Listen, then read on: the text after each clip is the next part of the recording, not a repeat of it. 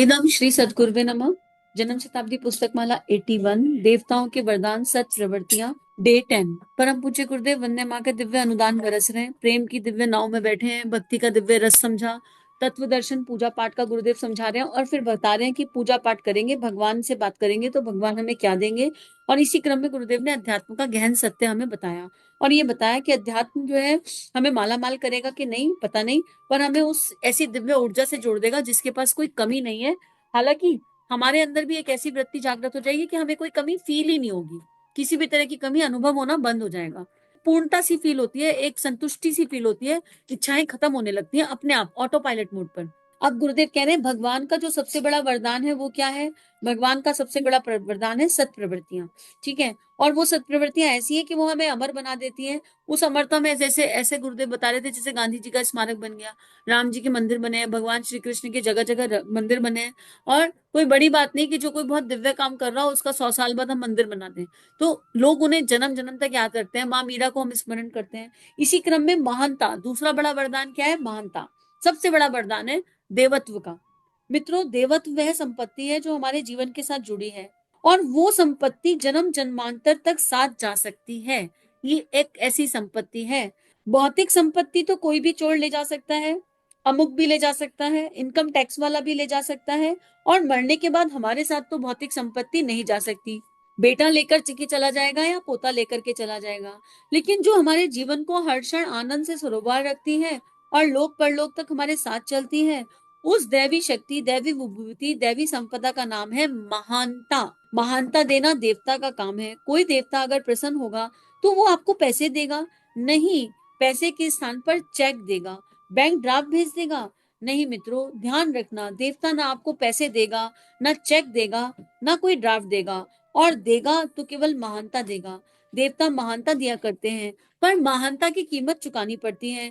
महानता की कीमत पर आदमी संपदाएं कमा सकता है, और कीमत, पहले कीमत चुकानी पड़ती है, तपश्चर्या करनी पड़ती है, लेकिन फिर जिसे महानता मिल जाए, फिर सच्ची में जो महान हो जाए, महानता की कीमत पर आदमी क्या क्या जुटा सकता है, संपदाएं कमा सकता है, यश कमा सकता है, वैभव कमा सकता है। इसलिए देव पूजन से हम अपनी उन वृत्तियों का विकास करते हैं जो जीवन का लक्ष्य निर्धारित करती है। एक छोटी सी कहानी बताती हूँ महानता की। एक बालक था, 12th का बच्चा था, और उसके मन में बिजनेस करने का भाव आ गया, मुझे बिजनेस करना है। उसके पिता ने बहुत समझाया कि तुम्हारे पास अभी अनुभव नहीं है, पिता आध्यात्मिक थे, और तुम कैसे बिजनेस करोगे। नहीं, मुझे बिजनेस करना है, मुझे पैसा कमाना है।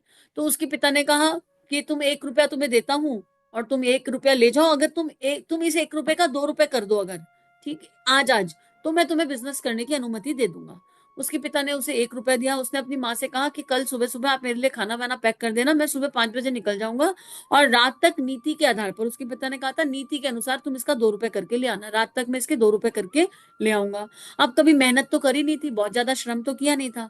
सुबह सुबह घर से निकला, पहले तो दिमाग में ही इमेजिनेशन चल रही थी, 1 का 2 कैसे करूं, 1 का 2 कैसे करूं, क्या करूं। चलता रहा, सोचता रहा। सोचा कि अपने शहर में तो सब लोग जानते हैं, थोड़ा दूसरे गांव में जाऊं। रास्ते में जंगल पड़ा, वहां पर जंगल में जाकर लेट गया, और लेटा तो इतना चला था कि नींद आ गई, और उठा तो खाना पीना खाया। खाना खाने के बाद देखा तो पानी खत्म हो चुका था। पानी खत्म हो गया था, इधर उधर ढूंढने लगा, तो उसको चलते चलते एक तालाब सा दिखाई दिया। अब उसे उस तालाब में पानी था, तो उसने सोचा पहले पानी की बोतल भर लूं, पानी पी लूं सामने। लेकिन पानी के अंदर जैसे ही उसने झांका, उसे एक हीरो का हार दिखाई दिया। अब वो हीरो का हार देखकर उसे लगा, पापा ने कहा 1 का 2 करना है, ये तो बड़ी मजेदार बात होगी, मुझे तो हीरो का हार मिल गया। वो कूद गया पानी में हीरो का हार लेने, और कूदा तो अंदर गया तो पूरी डुबकी लगा के पानी का हीरो का हार मिला नहीं। 1 बार, 2 बार, 3 बार पागल के जैसे कूदता रहा, बार बार कूदता रहा, बार बार कूदता रहा, लेकिन उसको हार मिला नहीं। हासिल में थक गया, लेकिन मन अभी भी कहे कि ये हार चाहिए, क्योंकि हार दिख रहा है पानी में बार बार। तो मित्रों, हमारा जीवन भी ना ऐसे मत तृष्णाओं में भटका पड़ा है। हम भी एक ऐसा हार दिख रहा है, हमें दिख रहा है ये है, कहीं कुछ है, हमें वो परमात्मा तो दिखता नहीं। अब सत्य क्या था, एक संत बहुत देर से देख रहे थे। संत ने उसकी तरफ देखा, और उसकी तरफ देख के मुस्कुराकर इशारा किया ऊपर की ओर, आकाश की ओर। अब उस आकाश की ओर इशारा किया तो देखा पेड़ पर हार लटका हुआ है। अब पेड़ पर हार लटका था, परछाई नीचे दिख रही थी, और वो परछाई में वो उस पानी में डुबकियां लगा लगा के थक हार के हार ढूंढ रहा था। कहानी यहाँ भी खत्म नहीं होती। इतनी मजेदार लगी मुझे कहानी, यहाँ भी खत्म नहीं होती। अब उसके दिमाग में तो हार था, शॉर्टकट चाहिए था। उनने सोचा मैं कैसे भी करके इस पेड़ पर चढ़कर इस हार को पाऊंगा। उसने पूरे एफर्ट लगाए। मित्रों, हम भी यही कर रहे हैं, हम गलत दिशा में एफर्ट लगा रहे हैं, शॉर्टकट की तरफ एफर्ट लगा रहे हैं। एक हार जो दूर लटका हुआ दिख रहा है, पेड़ पर चढ़ना नहीं आ रहा, तो हम पेड़ पर चढ़ना सीख रहे हैं। यानी सीखना तो हमें आता है, हमने पानी में डुबकी लगाना तो आता है, पर हम गलत चीज के लिए गलत जगह पर डुबकी लगा रहे हैं। साधु संत ने तो आकाश दिखाया था, लेकिन उसको हार दिखा, उसे आकाश नहीं दिखा कि वो परमात्मा दिखा रहे हैं। संत तो परमात्मा की ओर इशारा करता है, हमको बीच में जो है आधी व्याधियां दिख जाती हैं। अब उसने पूरी मेहनत करके मशक्कत कर कर किसी तरह इतना ऊंचा पेड़ उस पर चढ़ा। जैसे ही वो पेड़ के पास पहुंचा, एक बंदर आया, हार उठा के ले गया और जंप मारी। अब होता क्या है, जैसे ही हम सक्सेस के पास पहुंचते हैं, कोई साथी आत्मा आती है, वो सक्सेस पर राइवल दिख जाते हैं, कंपटीशन दिख जाते हैं, कंपैरिजन दिख जाते हैं, कोई आके हाथ मार के ले जाता है। अब यहाँ तो बंदर था, तो अगर कोई मनुष्य हो तो ईर्ष्या, विकार, जाने क्या क्या आएगा। वो बंदर ले गया तो ये चीखता चिल्लाता बिलबिलाता रह गया। पर इस समय विवेक शून्य हो गया था, क्योंकि इतनी एफर्ट लगा ली, इतनी एनर्जी लगा ली थी इस बालक ने। इनने जोर से जंप मारी बंदर के पीछे पीछे। अब बताओ, बंदर की जंप का मुकाबला कर सकता था? मुंह के बल जाकर गिरा। पेड़ के साइड में खाई थी, उसमें लुढ़क गया। लुढ़क गया खाई में, हाथ पैर टूटे, हड्डी पसली टूटी। अब जिंदा बचेगा कि नहीं बचेगा, ये भी ईश्वर जानता होगा। उसके बाद क्या हुआ, कहानी के अगले पड़ाव पर क्या होता है, कहानी यहाँ भी खत्म नहीं होती। कहानी के अगले पड़ाव पर ये होता है कि उसकी आंख खुली। उसने देखा कि कोई संत महात्मा है जो उसकी रक्षा कर रहे हैं।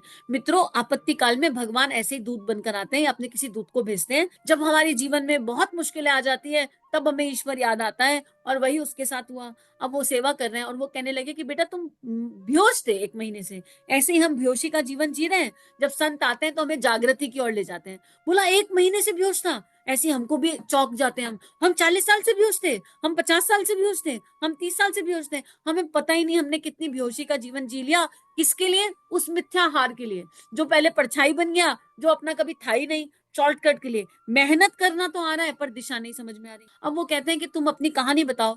तो वो बताता है अपनी कहानी। तो कहते हैं तुम्हारे पिता बहुत परेशान होंगे, अब घर जाओ। और यकीन करो, हमारे माता पिता, परमात्मा रूपी माता पिता, गुरु रूपी माता पिता बहुत परेशान हो जाते हैं जब हम ऐसी हरकतें करते हैं, बंदरों वाली, मूर्खों वाली हरकतें करते हैं। तो वो संत ने उसको मार्गदर्शन दिया। उसने अपने पापा के पास वो गया। उसके पापा ने पहले ही कह दिया था, बहुत आध्यात्मिक थे, उन्हें पूरा भरोसा था अपने ईश्वर पर कि मेरा बेटा सुरक्षित लौट कर आएगा और कुछ सीख कर ही आएगा। एक्सट्रीम आध्यात्मिक थे, उन्होंने पहले ही गाइडेंस दी थी। वो लौट कर आया तो पिता मुस्कुराते हैं, गले लगाते हैं, बोले बेटा 1 का 2 हो गया?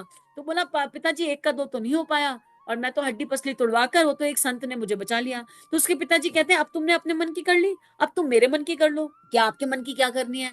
तुम मेरे मन की कर लो, मैं तुम्हें लेकर चलता हूँ, मैं तुम्हें एक आश्रम में छोड़कर आता हूँ, वहां पर जाकर रहो। अब आश्रम का मतलब क्या होता है? आ प्लस श्रम, आओ श्रम करो। आश्रम, आश्रम का अर्थ ये होता है आ प्लस श्रम। कौन सा श्रम? मानसिक श्रम, बौद्धिक श्रम और फिजिकल श्रम, हर तरह का श्रम आश्रम में किया जाता है।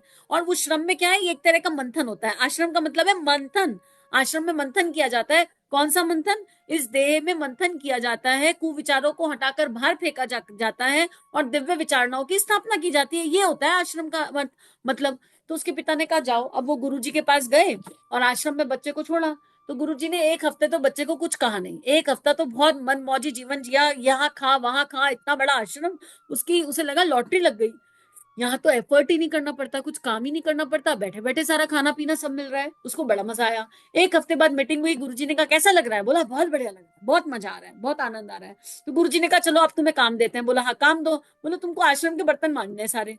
एक बार तो उसकी हवा खराब हो गई, रोने सा लग गया। फिर पिताजी को तो वचन दिया था, हमने भी अपने गुरुदेव और माँ को वचन दे रखे हैं, हमें वचन पूरे करने ही चाहिए। पिताजी को वचन दिया था कि आश्रम छोड़कर नहीं जाऊंगा, तो हमने भी गुरुदेव को वचन दिया है कुछ भी हो जाए ये रास्ता छोड़कर नहीं जाएंगे, कितनी भी मुश्किल आ जाए। अब बर्तन मांजने लगा। शुरू में तो बोर होता था बर्तन मांजने में, हफ्ते भर में बर्तन मांजने में आनंद आने लगा, बढ़िया वाला आनंद आने लगा। फिर बर्तन मांजने की टेक्निक भी समझ में आने लगी, कहाँ राख लगानी है, कहाँ अंदर लगाना है, कहाँ पानी गर्म करना है, कहाँ ठंडा करना है। मांजते मांजते समझ में आया। पहले तो बर्तन काला है तो ऐसे ही घिस दिया। अब जैसे ही हम इस यात्रा पर चलते हैं, हमारा मंथन होने लगता है, हमको समझ में आने लगता है कहाँ भक्ति योग लगाना है, कहाँ कर्म योग लगाना है, कहाँ ज्ञान योग लगाना है, कहाँ अभ्यास योग लगाना है, कहाँ शरणागति का भाव है, कहाँ संपूर्ण भाव लेकर चलना है। अब बर्तन मांजने में मजा मजा आने लगा, अब इसमें आनंद आ गया। अब फिर 15 दिन बाद मीटिंग होती है। गुरुजी पूछते हैं भाई क्या चल रहा है? गुरुजी पहले तो बहुत बोर लगता था, अब तो बर्तन मांजने में बहुत आनंद आता है, अब तो ये काम ही मजेदार है, ये काम भी ठीक लग रहा है, कोई दिक्कत नहीं आ रही। गुरुजी ने कहा हमारे साथ भी ऐसे ही होता है, थोड़ा सा ज्ञान आता है, संतुष्ट हो जाते हैं, हैं, आगे बढ़ना ही नहीं चाहते, सोच ही नहीं पा रहे कि इसके आगे भी कुछ है, और फिर हमको ही आता है, इसके आगे कंफर्ट जोन में चले जाते हैं। गुरुजी का ने कहा ये तो तूने अभी थोड़े से बर्तन मांजे हैं, मुझे बर्तन तो मैं अब मंजवाऊंगा तुझसे। बोले मतलब? बोले भाई तूने एक बर्तन मांजा, बाहर से मांजा? बोला हाँ। बोले देह भी एक बर्तन है बेटा, इसको मांजना पड़ेगा। बाहर से मांज के क्या ये देह साफ हो जाएगी? ये नहा धो की जेंटलमैन बन जाएगी, पर इस देह को भीतर से मांजना है। तो बता क्या करूं, तेरे को विम का लिक्विड घोल के पिला दूं? बोला गुरुजी ऐसे होता है क्या, विम का लिक्विड घोल के पिला दूं? तो बोले अच्छा तू अपने जीवन में चाहता क्या है, तू ये बता, जैसी तेरी चाह होगी उसके अनुसार मैं तेरी व्यवस्था बनाऊंगा। तो बोला मैं बहुत पैसा कमाना चाहता हूँ। गुरुजी बोले फिर पैसा कमा के क्या होगा? फिर मैं बहुत बड़ा घर लूंगा। गुरुजी बोले फिर क्या होगा? फिर मैं गाड़ियां लूंगा। फिर क्या लगा? फिर मैं मोबाइल भी लूंगा। फिर क्या होगा? फिर मैं अपने मम्मी पापा के लिए भी घर बनाऊंगा। फिर क्या होगा? फिर गुरुजी फिर फिर ब्लैंक हो गया। नहीं और सोच बेटा और क्या होगा? तो गुरुजी ने बोला, कहा जरा आश्रम के चारों तरफ निगाह घुमा। फिर बोला नहीं नहीं रुक जाओ गुरुजी, मैं आउट ऑफ इंडिया भी जाऊंगा, मैं वर्ल्ड टूर पर भी जाऊंगा। अच्छा गुरुजी बोले और कुछ रह गया? मैं तिजोरियों में खजाना भी भरूंगा, और कुछ रह गया? फिर बोला गुरुजी लेकिन फिर उससे क्या मिलेगा? गुरुजी ने कहा ये सब तू करेगा, इससे क्या मिलेगा? तो उसने कहा पता नहीं क्या मिलेगा, लेकिन मुझे बहुत खुशी होगी। गुरुजी ने कहा नजर घुमा आश्रम पे चारों तरफ। गुरुजी ने बोला देख मैं यहाँ बैठा हूँ, मेरे पास तू कितने कमरों का घर बना लेगा? बोला 4 कमरों का। गुरुजी बोले देख 40 कमरों का घर, चारों तरफ देख नजर उठा के, 40 कमरों का घर एक जगह है, मेरे पास 400 कमरों का घर है, पता नहीं कितने सारे आश्रम है। तो वो देखने लगा। गुरुजी बोले तुझे आउट ऑफ इंडिया जाना है? मुझे लोग पलकों पर उठा कर लेकर जाते हैं आउट ऑफ इंडिया, तू जाएगा? अब वो सकते में पड़ गया। तो फिर गुरुजी मैं गुरुजी बन जाऊं? कहने लगा गुरुजी मैं गुरुजी बन जाऊं? गुरुजी बोले हाँ गुरुजी बन जा, अपना गुरु बन जा, अपना गुरु बन जा। कहने लगा कैसे बनूं? गुरूर हटा ले गुरु बन जाएगा, अपने गुरूर को हटा ले, और जो गुरूर हटाएगा उसे गुरु बनने की इच्छा ही खत्म हो जाएगी, उसे गुरु बनने का भाव ही नहीं आएगा, उसको समझ में आ जाएगा कि समर्पण की एनर्जी क्या होती है, शिष्यत्व का भाव क्या होता है, गुरु का कहना मानना क्या होता है। गुरुजी ने कहा बेटा ये सब क्षमताएं तेरे भीतर भरी हुई हैं, तू अपने को जान ले। अभी तू मृग तृष्णा में बाहर भाग रहा है, जिस दिन तू भीतर की ओर चला गया उस दिन सारी समस्याओं का समाधान तुझे प्राप्त हो जाएगा।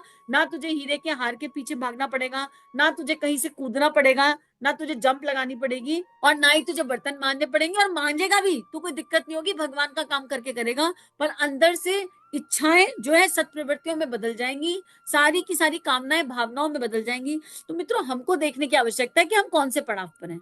अभी हम कौन से पड़ाव पर हैं? अपने मम्मी पापा से कह रहे हैं बिजनेस करना है, पैसा दे दो, या क्या कहाँ जा रहे हैं? या फिर घर से निकल गए कमाने खाने के लिए और फिर सो गए बीच में। हम एक ये इस पूरी कहानी में हमारे जीवन के कई सारे पड़ाव आ जाते हैं। या फिर कहीं पर अटक गए, कोई सोने का हार 9 लाख हार दिख गया और कूदे जा रहे हैं, और संत इशारा कर रहे हैं दिव्यता की, और हम देख रहे हैं पेड़ पे लटका हुआ हार, और फिर बंदर रेस में दौड़ रहे हैं, कैट रेस में दौड़ते जा रहे हैं, दौड़ते नाच रहे हैं, और फिर जब थक जाते हैं टूट फूट जाते हैं तो आश्रम में चले जाते हैं सुकून के लिए, और वहां हरामखोरी की जिंदगी जीना चाहते हैं 1 हफ्ता। तो ये हमारे जीवन के पड़ाव है इस कहानी में सारे। हमको ये देखने की आवश्यकता है कि हम कौन से पड़ाव पर हैं और इसको ठीक कैसे करना है, और गुरुजी का कहना कैसे मानना है। क्योंकि भगवान देवता तो जो है मानव मानव हम हैं, मानवता देंगे, और मानवता देंगे मतलब देने का भाव सिखाएंगे, संग्रह का भाव नहीं सिखाएंगे। और फिर उस मानवता के आधार पर इंसान सब कुछ कमा सकता है, यश कमा सकता है, संपदा कमा सकता है, वैभव कमा सकता है। इसलिए देव पूजन में हम अपनी उन वृत्तियों का विकास करते हैं जो जीवन का लक्ष्य निर्धारित करे। तो मित्रों आज पहले हम अपने मानव जीवन का लक्ष्य निर्धारित करें कि हम चाहते क्या है इस मानव जीवन से। जब तक हमको ये पता नहीं होगा ना कि हम चाहते क्या है, तब तक आगे की गुत्थी सुलझेगी नहीं। और इच्छाएं तो अभी होंगी, हम सबके पास होंगी, हमें नीट एंड क्लीन होकर देखना पड़ेगा निष्पक्ष भाव से। ये कहना बहुत आसान है इस यात्रा पर, अरे हमारी कोई इच्छा ही नहीं बची, हमको तो अब कुछ चाहिए नहीं। अभी ठंडी में तुम्हारी कोई रजाई खींच कर ले जाए तो रजाई चाहिए होगी कि नहीं चाहिए होगी, इच्छा है या नहीं? पर शरीर की रिक्वायरमेंट तो है ना रजाई। अभी वो अवस्था तो आई नहीं ना कि नहीं हो ही नहीं रहा, जरूरत ही नहीं पड़ रही, गुजारा नहीं है, है ना? फिर मत कहना, बार बार हम अपने आप से कहते हैं ना हमारी तो कोई इच्छा नहीं बची। अभी वॉल ड्रॉप खाली कर दो, 2 जोड़ी कपड़े छोड़ दो वॉल ड्रॉप में, फिर ठंडी के सीजन में 1 जोड़ी सूखेगा नहीं, फिर क्या करोगे? फिर क्या करोगे? लंगोट में घूम लेंगे हम? घूम सकते हैं क्या? तो इच्छा हो या नहीं, देहिक आवश्यकताएं तो बहुत सारी हैं, और जिनके बिना गुजारा नहीं है। तो अपने आप को ये देखना है कि हमारा लक्ष्य क्या है, हम जीवन से क्या चाहते हैं, हम अपने आप से क्या चाहते हैं, हम गुरु से क्या चाहते हैं, हम करना क्या चाहते हैं। हमको अपने बौद्धिक, मानसिक और फिजिकल हर लेवल के लक्ष्य को नीट एंड क्लियर खुद को बताने की आवश्यकता है, और किसी को नहीं बताना, स्वयं को बताना होगा। और जब ये लक्ष्य मिल जाएगा, ये बात समझ में आ जाएगी, लक्ष्य मिल गया तो जीवन सरल हो जाएगा। तो चलिए इस सरल जीवन की ओर कदम बढ़ाते चलते हैं धीरे धीरे, लेकिन 1.5 मिनट में नहीं हो पाएगा, है ना? 1.5 मिनट में से पॉइंट हटा दो, 15 मिनट, है ना, 15 मिनट तो लगाने ही पड़ेंगे, इतना तो चाहिए ही चाहिए। चलो, इदम श्री सद्गुरुवे नमः। इन भावनाओं को विश्वव्यापी बनाने के लिए सभी को बहुत बहुत आभार। इदम श्री सद्गुरुवे नमः। चलो गुरुदेव के सपने सजाने की शपथ लें। युग दृष्टा, युग ऋषि, परम पूज्य गुरुदेव की लेखनी जन जन के जीवन को प्रभावित कर सकती है, जन जन का ट्रांसफॉर्मेशन कर सकती है, हर किसी को परमानेंट आनंद की तरफ ले जा सकती है। इस कार्य को करने में हमें आपका सहयोग चाहिए। अगर ये वीडियो आपको कंट्रीब्यूट करते हैं तो इन्हें विश्वव्यापी बनाने में हमारी सहायता कीजिए। चैनल को लाइक कीजिए, सब्सक्राइब कीजिए और शेयर कीजिए। इदम श्री सद्गुरुवे नमः।